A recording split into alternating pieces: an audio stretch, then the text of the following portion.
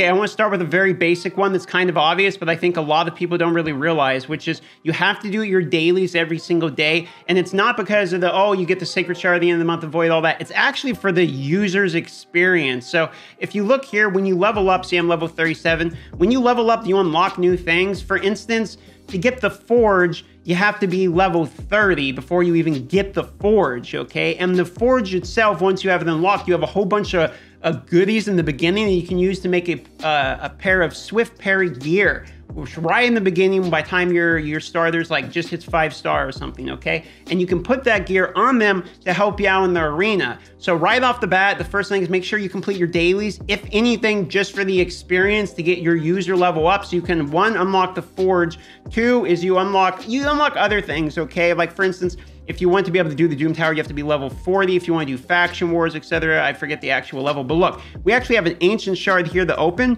I got 1 ancient shard. It's during the 2x, and I would not have the ancient shard if I wasn't doing my dailies and at the level, which would open up the faction wars, right? And oh my god, I actually got someone I really wanted. Yes! Don't forget to work on your challenges. A lot of these challenges are super, super annoying and have to be done while you're clearing through certain stages. For instance, I have to do the first stage 6, okay, of chapter 1 on normal. I don't get to choose. That's what I have to do for this one, okay? And for that reason, it's best to do those on the missions where it's also requiring you to clear those. So if you look in double dip and it'll say like, hey, please clear this one on normal, clear this one on normal, or get this attack percentage glove or this attack percentage boot or whatever from the certain stages, it's best to be the most efficient with your energy and do both of them at the same time if it's possible. Otherwise, you're gonna end up like me and running just, you know, certain dungeons just for the artifact challenge when I literally don't need to do them at all. When you're doing the campaign and you're trying to 3-star it,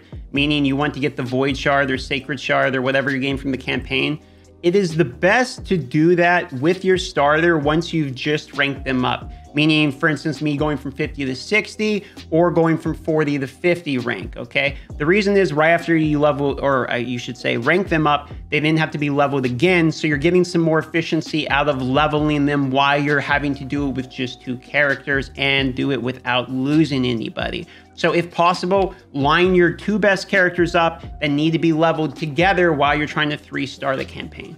You also definitely don't want to get too excited about books in the beginning. I pulled people like Painkeeper, which could use my books now. Obviously, you just saw we pulled another character, which is for sure getting locked, which is Coffin Smasher. The reason being, if you look at his basic attack here, he places 50% decreased attack and hits 3 times. This character is nuts, and I can't wait to use him, but I'm going to need to put books on him for him to be really good.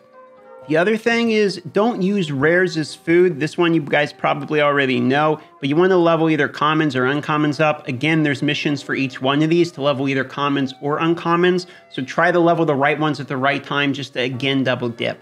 Get into a clan as early as you possibly can. Make sure you're hitting the clan boss, even if you're only getting the basic, like the lowest chest. The reason is so you can get some Immortal speed boots. On top of that, make sure you're checking in because you can actually get ancient shards from checking in. Speaking of ancient shards, make sure you're checking the market. You can get up to 5 ancient shards in the market per month, so that's pretty important. Also, every now and then you can snipe yourself, like if you get lucky, like a 5-star legendary speed boot. There's just something nuts.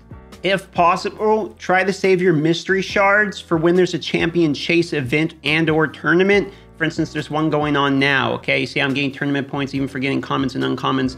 This is more efficient and it's going to help you get more rewards in the long run, okay? Granted, I know that sometimes you're going to need, you know, you're just going to need to be able to pull your mystery shards. There's no way around this, but it is more efficient if possible to save them in the long run.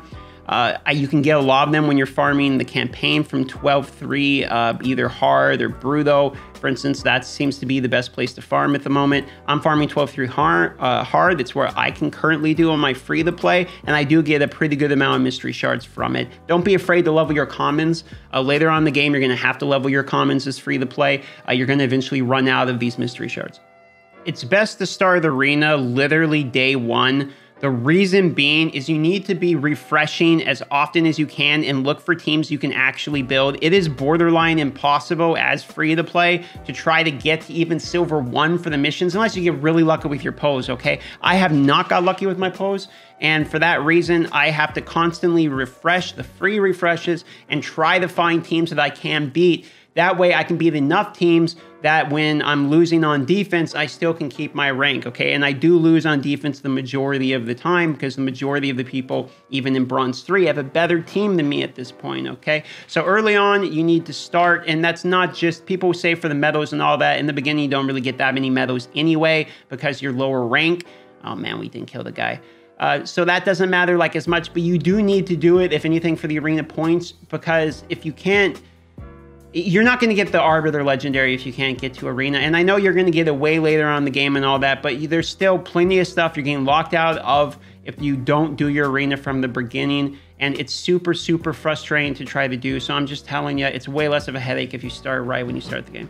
Also, you can use BlueStacks and you can get free rewards. For instance, if you sign up with Google Play every week on Friday, you can get free play points. Or if you download and try other games, you can get free play points. And those play points can be used to turn into, you know, either Google Play credits. So you can get like free to play packs that way. Or you can actually get straight up items in the game. For instance, I have one 3-star chicken. We were trying it out here that I got from when I was spending money on Genshin Impact. I'll show you here. I have one 3-star chicken, right? I was spending money on Genshin Impact. And I have this chicken, which I purchased with the points I got from when I was spending money in Genshin Impact. So if you're technically free to play in this game, you can use BlueStacks to access that Google Play. I'll have a link for you in the description down below. I would definitely use that. Plus, the BlueStacks itself has a built-in macro recorder. I'll put a link to a video showing all this information, but it has a built-in macro recorder and all that, so you can auto battle overnight and get past the limit of only 30 auto battles, for instance. So definitely recommend that. So people are going to tell you to save your ancient shards for boost and your sacreds for boost. I'm going to give you the information on how boosts work. You're going to get a boost about every 2 weeks, and if it's an ancient one, it'll probably be void the next, then sacred, then ancient, then void, or something like that, okay? And between that, a lot of times we get 10x's as well. It is, in my personal opinion, if you're starting an account, your first sacred shard you get right from the campaign, you should just yoink it. And if you don't get something good, consider even starting the game again. Or if you don't get something you like, consider even starting the game again. This is technically re-rolling. It's not something that I believe the majority of people do. I have never re-rolled myself. I mean, I don't re-roll to throw away an account and try again, but it is something you can do if you're free to play and you want a chance of getting a legendary or something. You probably have to play for maybe a day and a half to get a chance. I mean, you can probably do it a lot faster, I'm sure, but the beginning tutorial is a little annoying, but it is possible. And BlueStacks you can re-roll with pretty easy because it does have that it has like a built-in username change and everything. So you can do that too if you want to re-roll quicker, but it's just a suggestion. However, if you are going to save for your 2x's, that is more efficient. I've just been yeeting mine as I get them strictly because progression on the free-to-play is so slow and difficult, which I know is another reason you should save them for efficiency-wise. But the first sacred, I would probably yoink just to get yourself some progression and hopefully get yourself a decent epic. Otherwise, yeah, you probably want to save sacreds and voids for 2x's. And ancients can either be used when you get them, or if you want to be really efficient, you got to save those too. Some of the biggest mistakes I made was putting gear on people early that I thought I was going to use. I ended up using as chickens. Now I can't recover this gear without spending more silver than the item's worth. For instance, if you look at this, like items like this, which aren't necessarily really great, but I definitely would have put it on somebody else. That can be an issue. So if you are making chickens, don't put gear that you're, you know, like I'm kind of bummed down losing these HP boots here because I'm going to crunch this executioner and I'm going to lose this weapon. You know, I mean, it's not worth removing it. You know, if I remove this here, it's 20,000. I might keep the crit gloves maybe. But you can get my point, right? It's not so great. You know, again, it would be 50,000 to remove this ring when I crunch it, and I probably need to do it because my rings are so few and far between, and that's just a huge waste of silver. And the best advice I can really give you, and look, here's the hands down, literally best advice in the game is what you have to be the most efficient about is you would think it'd be energy, but it's actually silver.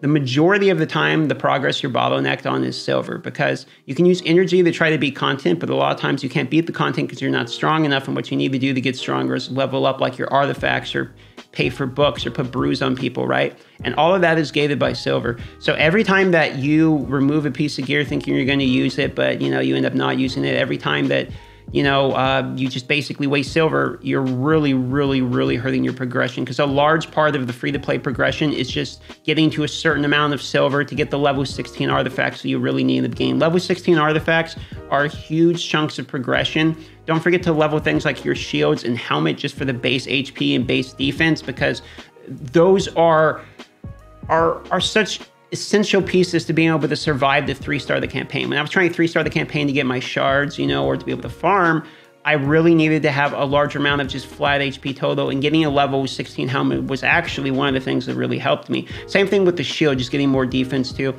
So while flat stats aren't good in like gloves, the chest plate and the boots, right? Unless we're talking speed or something, the flat HP and defense of the shields are really good just to level themselves. So don't sleep on those.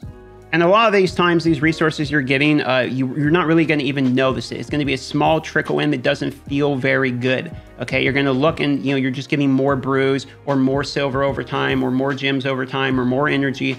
And that is what free-to-play feels like. It's a slow grind of small achievements per time. And the way to keep the game interesting is to really realize when those small achievements show up. For instance, like me getting a new epic with this guy. He may be the one that everyone gets, but he's a new epic, can counterattack himself. I'm going to use him.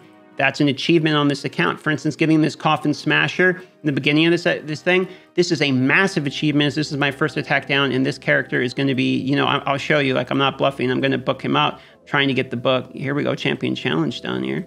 All right, see, that's the other thing. You got to look, because I didn't even realize that, there was that to be done, right? But this guy's going to be really, really, really good.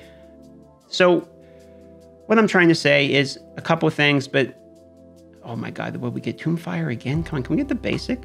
What you want to make sure that you do is don't ruin the game for yourself. Holy moly, look at this. Don't ruin the game for yourself by expecting different outcomes regardless. Man, I'm getting everything but the basic, which is the one thing I wanted. Don't expect the outcomes that pay-to-play users are getting as free-to-play, and instead try to enjoy literally every step of the account. You know what I mean? Like, getting this guy's a big deal. I'm trying not to get too mad about getting unlucky with the skills. It's whatever. We'll get more books for it, okay? But just getting the guy was a big deal, right? Getting him helps me book him, which gets him, closer to the next epic book for Zargala. And you got to try to enjoy all of the steps through the game.